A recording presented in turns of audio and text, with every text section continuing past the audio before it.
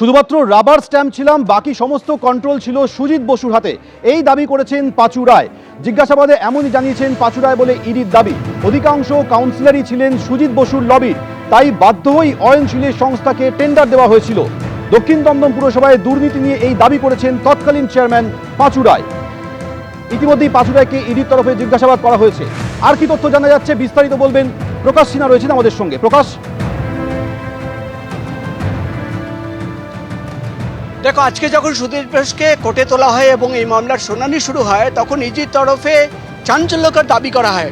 তুমি জানো, পাঁচু রায় তাকে দফায় দফায় দুদিন জিজ্ঞাসাবাদ করা হয়েছে এবং দুদিন পাঁচু রায়কে জিজ্ঞাসাবাদ করার পর আজকে ইডির তরফে যে দাবি করা হচ্ছে যে পাঁচু রায়, যিনি দক্ষিণ দমদম পুরসভায় চেয়ারম্যান ছিলেন যে সময় দুর্নীতি হয়েছে, তিনি এসে ইডি আধিকারিকদের কাছে বয়ান দিয়েছেন যে তিনি শুধুমাত্র একজন রাবার স্ট্যাম্প ছিলেন। অর্থাৎ তিনি চেয়ারম্যান নিশ্চয়ই ছিলেন নামের জন্য, কিন্তু তিনি রাবার স্ট্যাম্প ছিলেন। তার হাতে কোনো পাওয়ার ছিল না, পাওয়ার ছিল সুজিত বসুর হাতে।